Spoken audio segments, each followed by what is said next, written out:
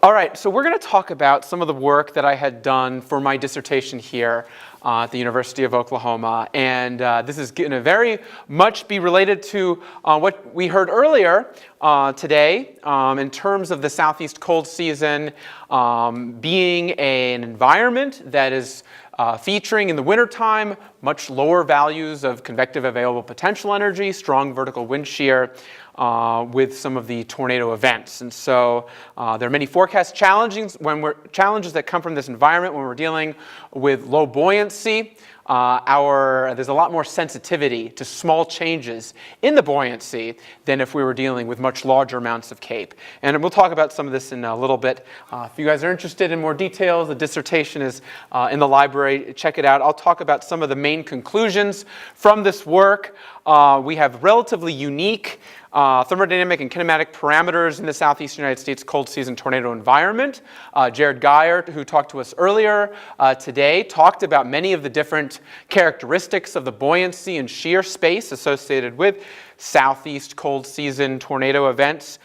In particular, what we see is the southeast cold season buoyancy distribution for tornadoes is compressed down low. We're dealing with a distribution that is focused in the low values of buoyancy, such that small variability in southeast cold season surface-based CAPE, that can come from sampling errors, errors in instrumentation, just prediction errors in general. Small variations in that part of the parameter space can be relatively large compared to the very compressed distribution that we have characteristic of the southeast cold season tornado cases.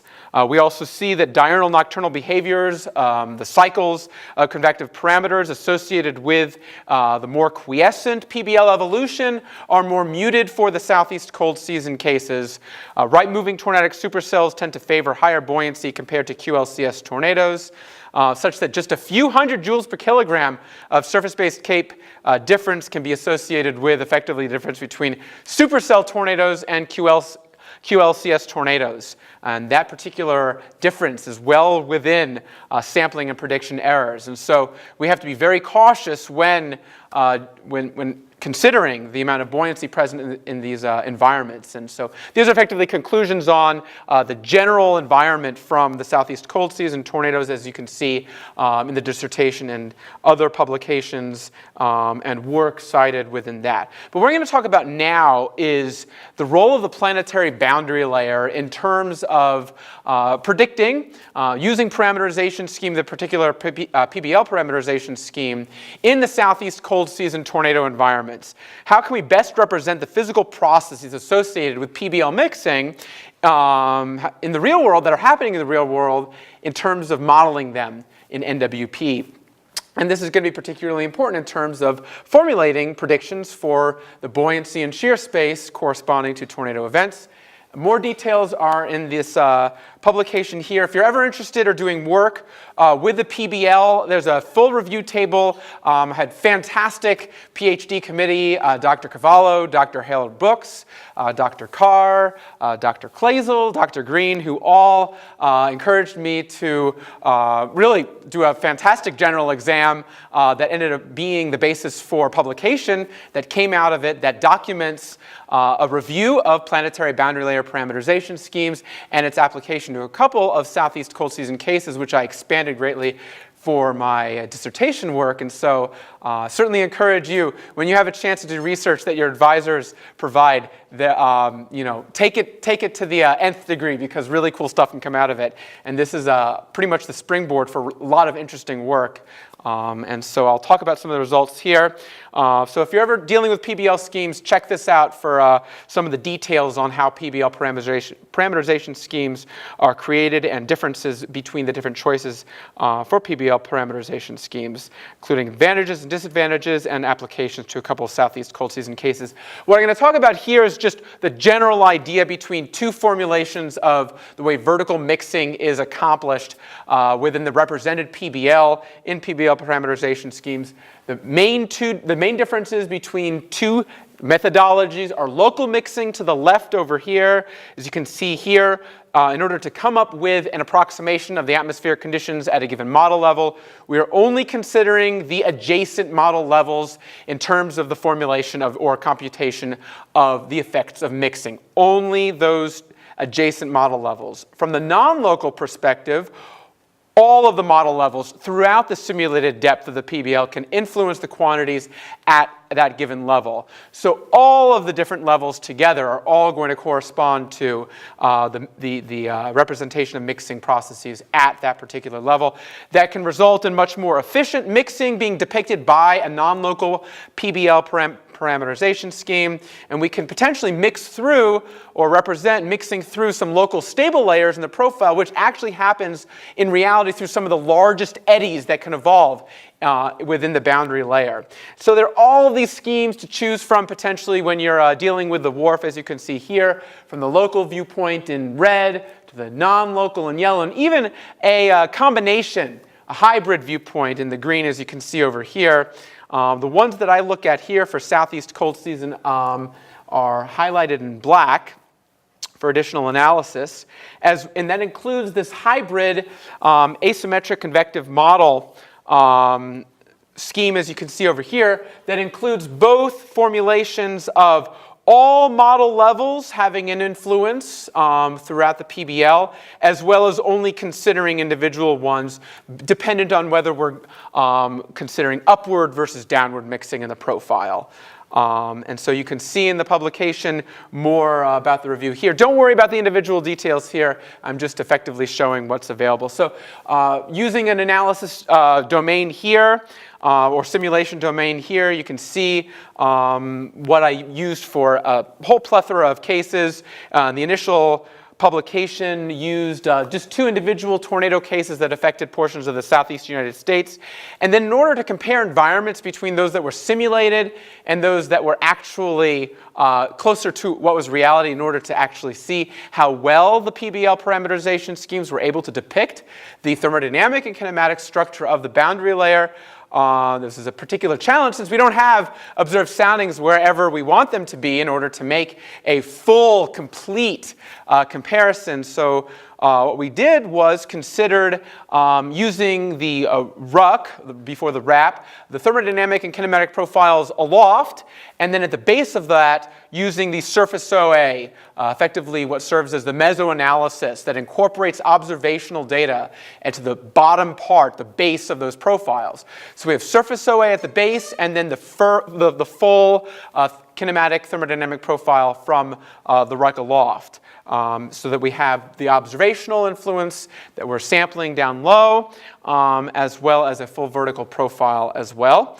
And we're going to talk about some of the differences between the actual WRF soundings and the observed, what I'll call as RUC surface OA. They're pseudo-observed soundings since we have model influence in them, as well as observational influence. The non-local schemes, which have a tendency, as I talked about earlier, of more efficient or representing more efficient vertical mixing in the profile, actually have a tendency of showing more accurate, steeper 0 to 3 kilometer lapse rates. Now this is very important because, again, small variations in buoyancy that can be the result of small variations in lapse rate, for instance, can play a major role in our anticipation of severe convection, or any convection in the first place, and then is going to have a major role in terms of not only affecting the environment, but also the simulated morphology of the convection, like looking at simulated reflectivity. These non-local schemes also have a tendency of still maintaining the large amounts of storm relative helicity that we see from RUC surface OA soundings, although there does have a tendency of being an overmixing bias, is indicated by a low negative bias and low-level SRH. ML Cape has a tendency of being overestimated amongst all schemes, especially the non-local schemes. And so those are some of the results from just those 2 cases. For my dissertation work, I expanded this to a total of 21 cases, looking at 19 additional cases. Again, 4 locations per case considered. And then some of my other interests were looking at the ACM2 scheme and then looking at modulating the ACM2 scheme. Effectively, how can we make spin-off schemes from the ACM2 scheme in order to potentially improve on some of the both local and non-local aspects that are simultaneously represented using that hybrid formulation.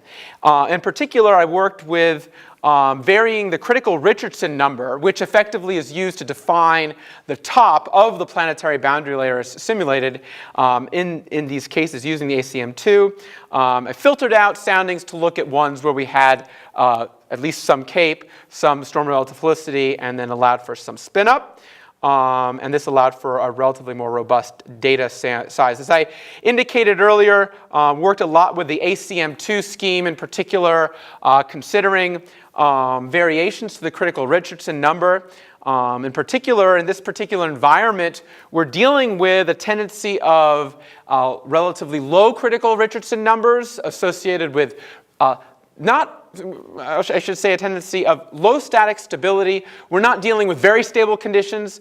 We're not dealing with strongly unstable conditions. The southeast cold season, we have buoyancy, so it's not extremely stable. It's not highly unstable either. It's something, some gray zone effectively. Something where we have a little bit of some representation of static stability, but it's not particularly high. It can be on the lower side, as well as strong vertical wind shear, which is in the denominator of the Richardson number. So with modestly low static stability and strong vertical wind shear, characteristic of the southeast cold season cases as we talked about, the background Richardson number tends to be suppressed in the southeast cold season environment, such that when we vary the critical Richardson number, particularly increasing it or setting a higher threshold in the atmosphere for what we define as the PBL top, that's going to have a tendency in a background condition of relatively low Richardson number to really amplify the simulated depth of the planetary boundary layer. That's the hypothesis, at least, such that what we're seeing here is a spectrum of critical Richardson numbers.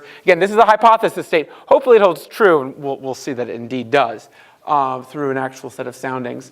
But the idea is that we can simulate the deepest planetary boundary layer by depicting relatively higher amount of critical Richardson number, as you can see over here, and perhaps we can at least hypothesize, and then we test all of this, of course, that this could best affect the effects of, or best represent the effects of the enhancement to turbulence via the strong vertical wind shear that's characteristic of the southeast cold season environment. So let's look at simulations of the thermodynamic profile for just one particular case, just to see if this works. This was definitely repeatable, looking at a case where convection did not greatly augment the lower tropospheric thermodynamic profile. You can see, indeed, the black curve over here, temperature curve, you can see the deepest planetary boundary layer simulated here in black, associated with the warmest surface temperature, the driest mixing ratio over here, driest dew point over here, and then we iteratively tend towards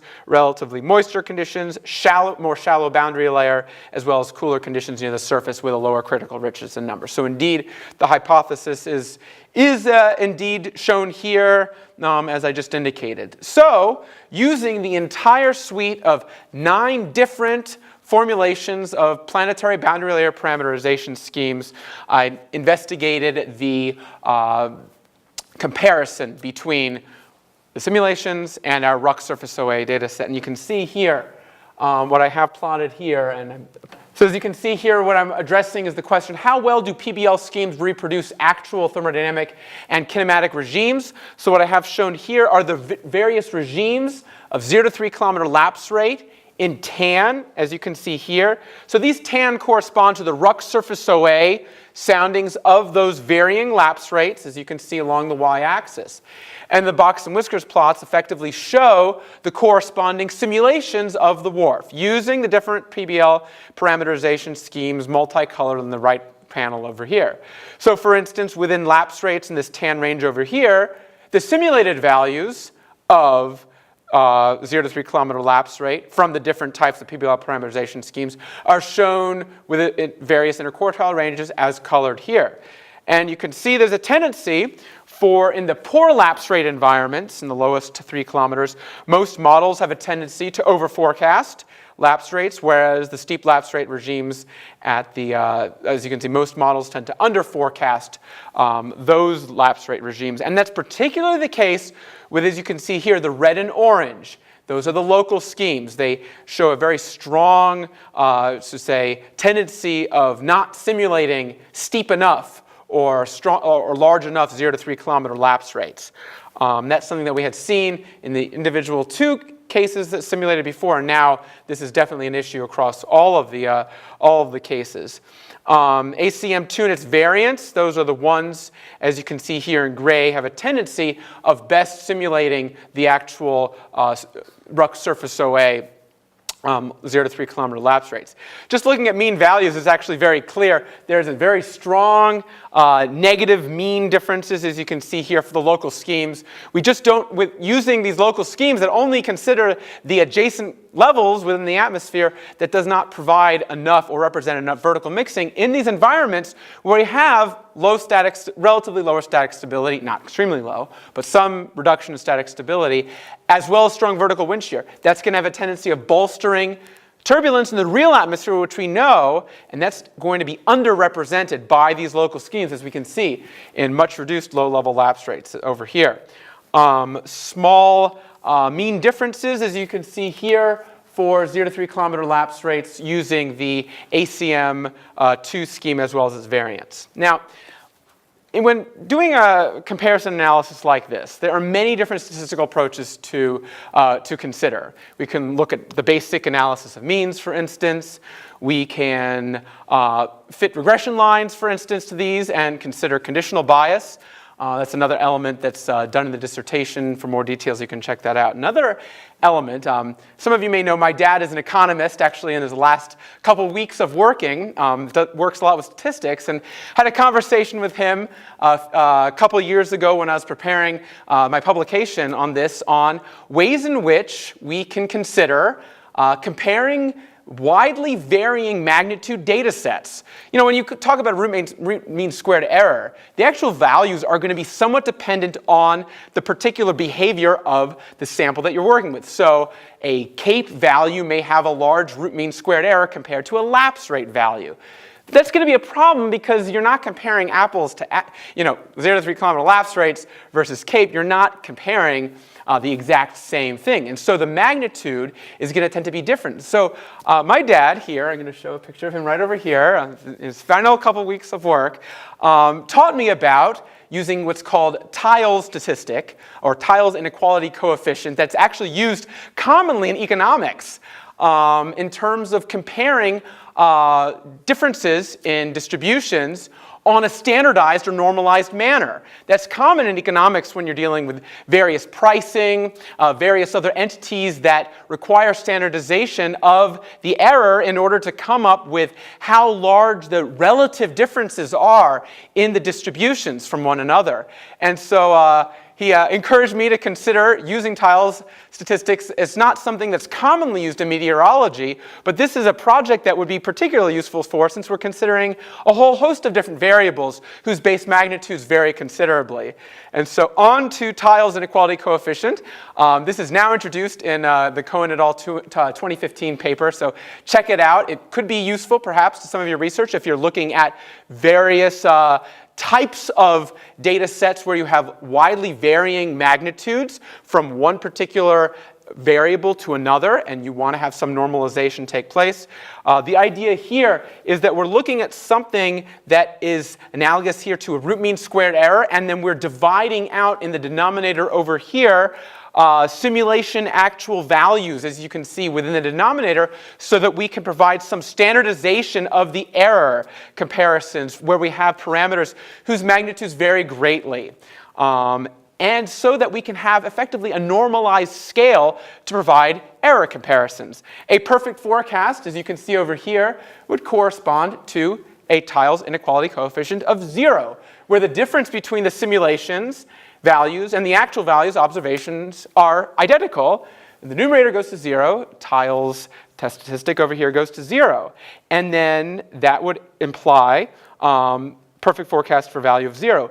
The higher the values get, for you, the larger those errors are between the simulation and the actual values as the numerator increases. But because we're normalizing by the denominator, we can actually compare one particular CAPE distribution in terms of its error relative to a lapse rate, because we're not beholden to the actual magnitudes themselves. An error of, say, 2 Celsius per kilometer versus 200 joules per kilogram, what's the relative difference in error? We can address this problem here effectively on a scale typically from 0 to 1 for both parameters, as well as many other parameters as well.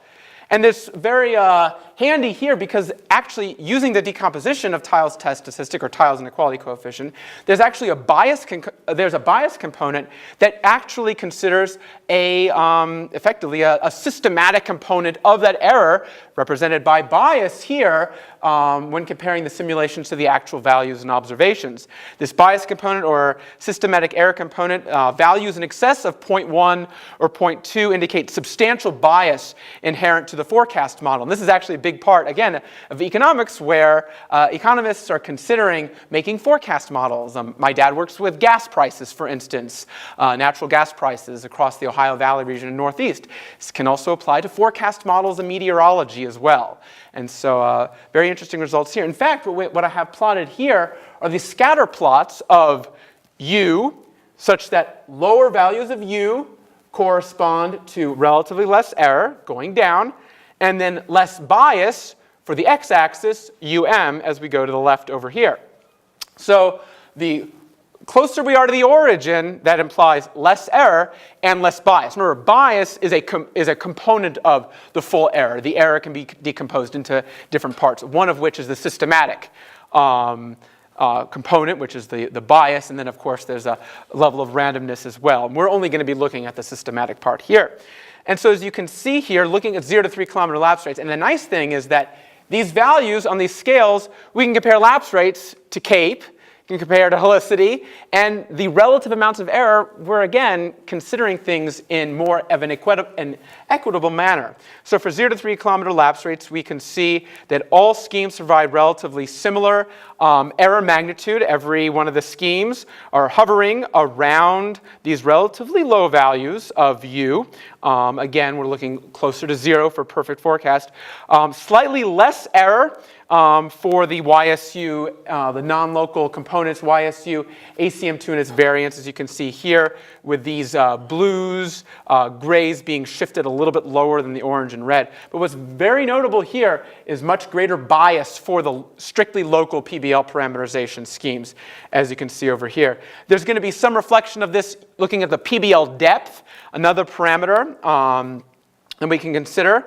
There's a tendency that even the strictly non-local YSU MRF schemes, they have a tendency of under-forecasting the PBL depth at the deepest planetary boundary layers. And you can see the local schemes in particular here are strongly under-forecasting PBL depth. The ACM2 and its variance, those ones in gray, those are the interquartile ranges that are coming closest to reality over here in that previous plot. As you can see, this plot of the differences in the means over here. The smallest differences in the means tend to be apparent for the non-local influence schemes.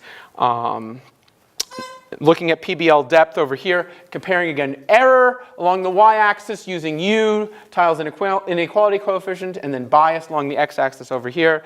Less bias as we head to the left. You can see notably larger error and bias are both present for the local schemes, as you can see here in the red and orange, where there's a tendency to minimize the error and bias component using the ACM2 and its variance YSU schemes. Again, physically what we're talking about here is that by having non-local mixing represented in this environment, we're going to have a tendency of reducing the errors associated with that would otherwise result in suppression of boundary layer depth, relatively weaker low-level lapse rates that are really typical for the strictly local schemes. We see those effects mitigated through the non-local mixing. ACM45, remember, that's the one that simulates the deepest boundary layer, most typically provides the smallest error amongst the variants, as you can see here, highlighted. All right, for mixed layer CAPE, there's a tendency for I'll just get to the means over here, an over forecast bias of ML CAPE for all of the schemes, high U values for all of these, as you can see over here. Although all of the schemes offer similar amounts of error. ACM 45 tends to provide minimization of the error amongst all of the ACM2 schemes. That's the one in darkest gray over here.